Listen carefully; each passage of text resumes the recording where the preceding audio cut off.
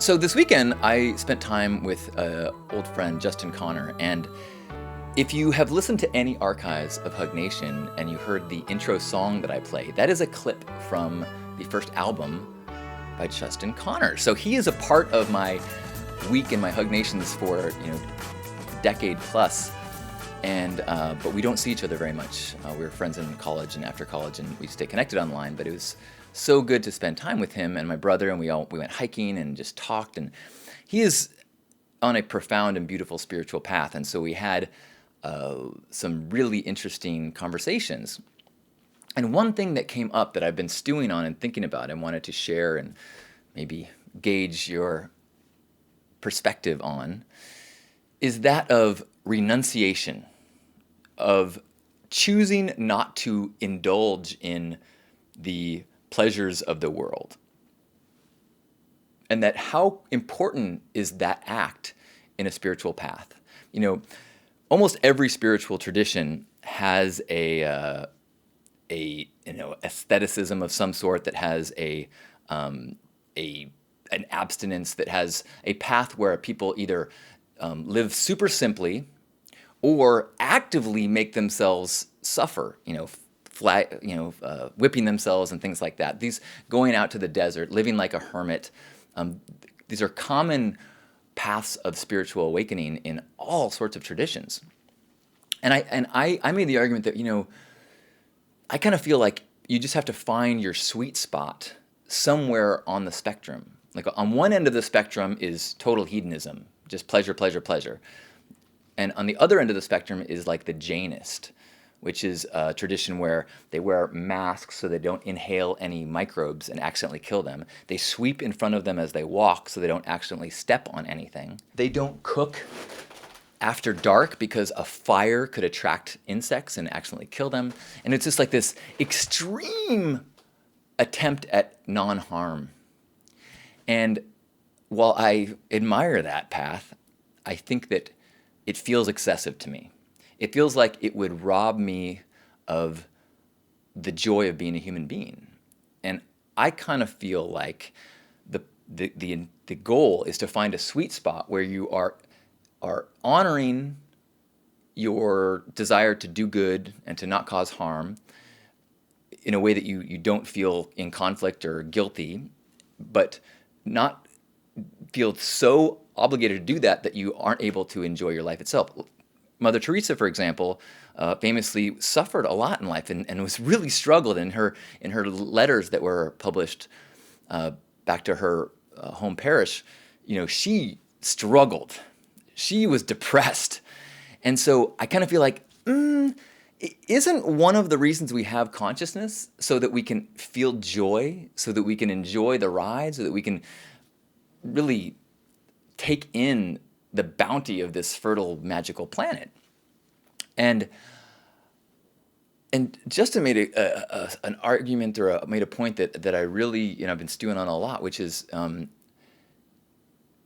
maybe a spiritual path is not about finding that comfort. It's about finding the edge and pushing into the places of discomfort, pushing in and pushing that line, because that's where the growth happens. And as much as I didn't want to admit that, the more I thought about it, I'm like, yeah, I guess that's true. Yeah, you gotta have that mild discomfort, maybe not constantly, but you gotta have an incentive to grow, to create, to change. Something has to be missing so that you can do, because that's part of being a human too. And balance with that discomfort is the meditative practice of doing nothing, where there is nothing undone. There is no sense of suffering because you are, separate from that wheel.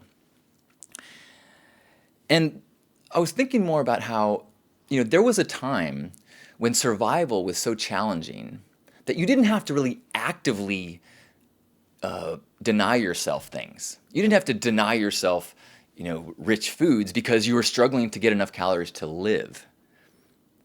You didn't have to deny yourself pornographic materials because you're trying to find a mate. And so any sexual activity that you had would allow your DNA to continue. And within my lifetime, I have noticed and watched this shift of a certain tool benefit, and seen how once it is all pervasive, there is a danger to it, and you have to start showing some discipline and practice, that is connectivity, this internet world, this ability to be constantly stimulated. It was, when I first discovered this, I thought it was the greatest thing in the world. And now I realize, like fire, it's great and dangerous. Just like sugar and fat and yummy foods, it's great and dangerous if you don't show discipline. Just like sexual urges, pornography initially seems great, can be dangerous without a little bit of discipline.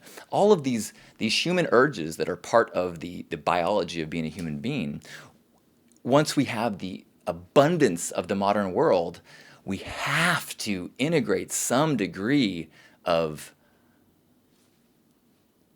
restraint, of mindfulness in our actions, in a diet of what we intake in terms of food, entertainment, stimulus. And that a spiritual path without any of that, I think, will get overwhelmed. It lacks the degrees of suffering required for growth.